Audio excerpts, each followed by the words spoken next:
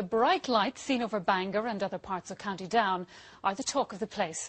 As you can imagine, speculation has turned to the possibility of extraterrestrial visitors.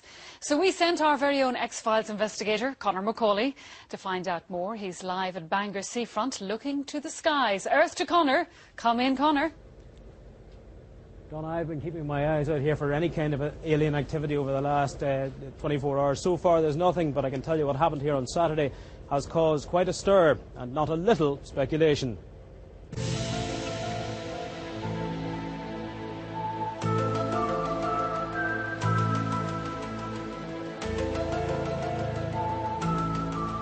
The lights appeared in the sky over Bangor around 10:30 on Saturday night.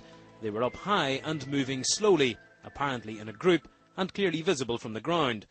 Lots of people saw them, but few had any idea what they were. The lights then stopped roughly where we are now and formed themselves into various shapes. A neighbour of mine described it as the shape of the plough, which is not a bad description.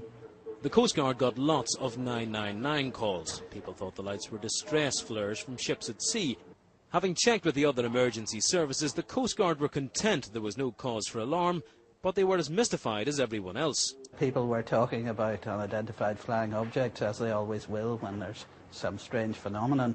I don't know, I can't really subscribe to that, but we would like to know the origin of these lights. We don't like unexplained phenomenon. But we shouldn't poo-poo the aliens just so quickly. It wouldn't be the first time they had visited these shores, as this interview from the 70s shows. Exactly the same object again, only it was coming straight down out of the sky this time. And it must apparently was going to land or something.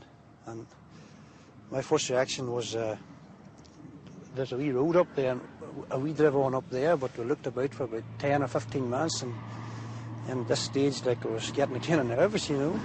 So what chance that Saturday's light show in Bangor was some kind of close encounter? There's a lot of people out there that would be swayed now on the opinion that these things, you know, there may be something out there that we're not quite sure of. And it would be interesting to hear everyone else's take on this as well. Air traffic control say there were no aircraft in the area at the time, and the police and military say they weren't up to anything which would have led to the phenomenon. So for the moment, it seems, it remains a mystery. All right, Conor, you've had enough fun. Now tell us, what really was it? Well, no, as you expect, a lot of theories abounding about what this may have been. Some people said it might have been perhaps part of a satellite breaking up as it re-entered the Earth's atmosphere. Somebody else saying perhaps it might have been flares attached to a low-flying microlight. But I think here on BBC Newsline we may have cracked it. We think it may have been one of these or something like this. This is a sky lantern, which is favoured by the Chinese and Taiwanese communities when they're celebrating things. Basically what you do is you light a little fire in the bottom of it, perhaps a candle or a little kerosene, and because they're light, they're only made of rice paper and bamboo, they float off up into the atmosphere now. Apparently, I'm told they'll go to 1,000 metres and they'll sit there as long as there's a little bit of fire in the belly, so to speak. As soon as that flame goes out, the thing drops to the ground, so we think something like this may have caused all the excitement in Bangor. Well, hold on, do we know of any Chinese celebrations that were going on? No, perhaps, but there may have been a wedding down the North Down coast, but I'm sure they didn't get weather quite like this.